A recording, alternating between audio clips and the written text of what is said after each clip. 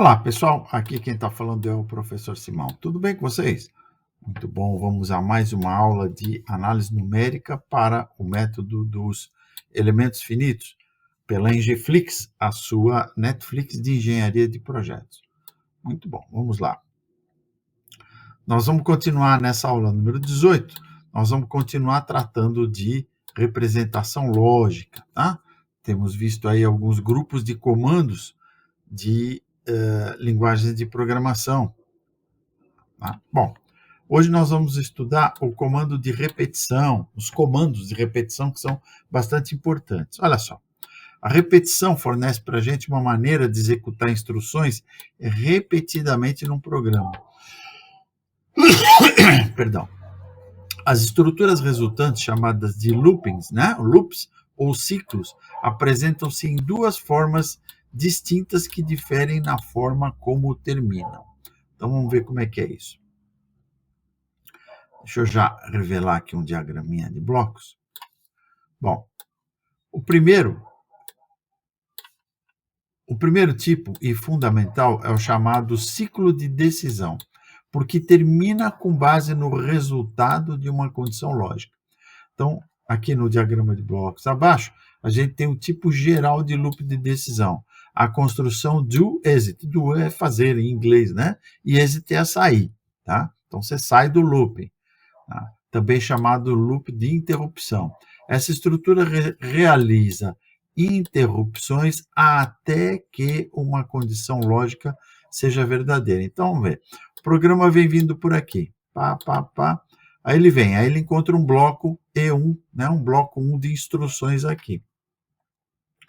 Dependendo do resultado desse processamento aqui, ele testa se uma determinada condição é verdadeira ou falsa. Tá? Se for verdadeira, o programa desvia para esse caminho aqui. Tá?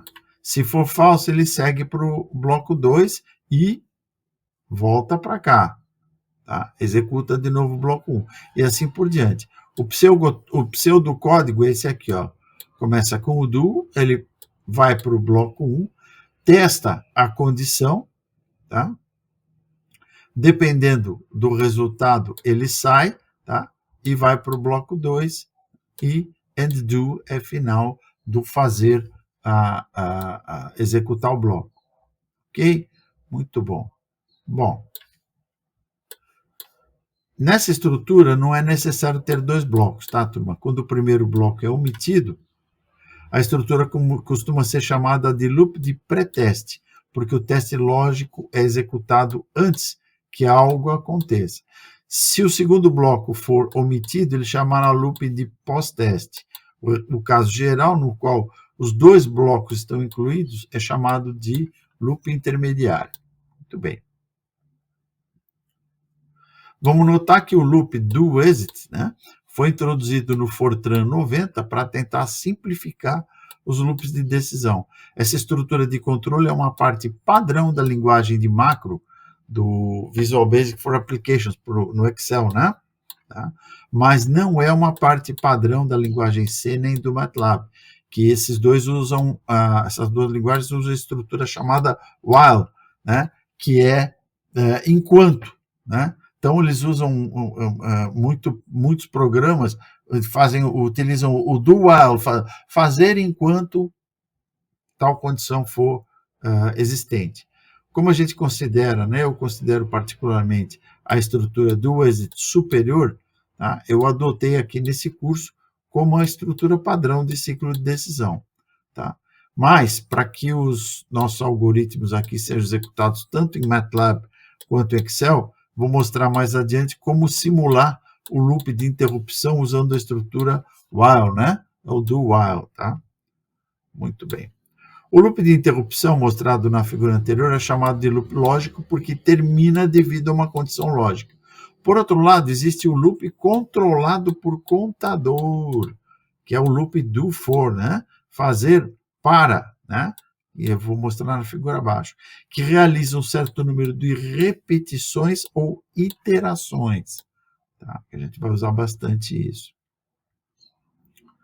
Olha só. Vocês vêm aqui seguindo o programa, tá? Ó, do for é faça para, aí ele coloca um contador i, né? Com um número de início, tá? Um número de final e um incremento. E depois dá o undo, tá? Então, o que ele faz? Ele vem para cá e testa o contador se ele ultrapassou o valor final, tá? Então, primeiro ele é carregado com o valor inicial, tá? Aí, a cada ciclo, ele é incrementado desse valor de incremento aqui, tá? Então, ele testa se chegou no valor final. Não chegou? Então, ele executa esse bloco de instruções aqui e volta para cá, incrementando o contador de i. Testa de novo. Chegou no valor final? Ainda não. Então, vai mais uma iteração. E assim ele vai fazendo várias iterações, tá? Quando ele testar, chegou no valor final, chegou verdadeiro, ele sai do loop, tá bom? Então, esse loop controlado por contador, ele funciona da seguinte maneira, tá? Vou deixar por escrito aqui na apostila para vocês. O índice ou o contador, né, que a gente chama representado por i na figura, né, i de incrementar, né, é uma variável que depende de um valor, ele recebe um valor inicial. O programa testa se o índice é menor ou igual ao valor final, tá? End. Nesse caso, que é o fim, né? Aqui, na verdade. Nesse caso, execute o corpo do loop e retorne ao do. Cada vez que ele encontra o edu, o índice é automaticamente incrementado com o valor definido pelo incremento. Portanto, o índice atua como um contador. Quando o índice é maior do que o valor final, né, o end, o computador sai automaticamente do loop, que, né, quando ele sai do loop aqui, quando é verdadeiro, tá? Quando excedeu aquele valor do i, e transfere o controle para a linha que segue após o undo. Observe que em quase todas as linguagens de programação, incluindo Excel e MATLAB, se o incremento, esse aqui, ó, for omitido, o computador assume que ele é igual a 1. Tá? Então, ele incrementa de uma unidade o contador i. Tá bom? Na próxima aula, eu vou dar um exemplo, né, apresentando o método básico para desenvolver um algoritmo para determinar as raízes de uma equação quadrática. Tá? Então, um exemplo prático aí, eu vou fazer as linhas de código, tá? E vocês vão treinar na linguagem de programação que vocês preferem. Ok?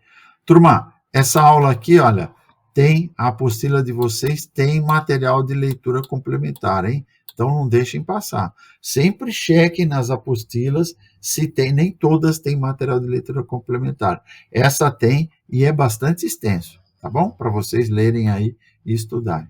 Curtam, comentem e compartilhem esse vídeo, tá?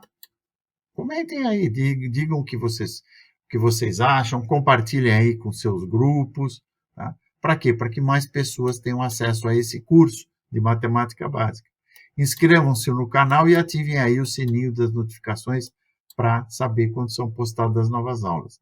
Para participar desse curso, turma, juntamente com outros 11 programas de treinamento em projetos de engenharia, entre aí na descrição do vídeo e cliquem no link da Engeflix. O que é a Engeflix? É a sua Netflix da engenharia de projetos, tá? Que está na plataforma Hotmart. Cliquem também no link do grupo Projetista Raiz no WhatsApp, que está aí também na descrição, para se comunicarem com a produção da Engeflix e com seus colegas de curso. Tá bom, turma? Então é isso aí, pessoal. Por hoje é só e eu aguardo vocês na próxima aula. Até lá.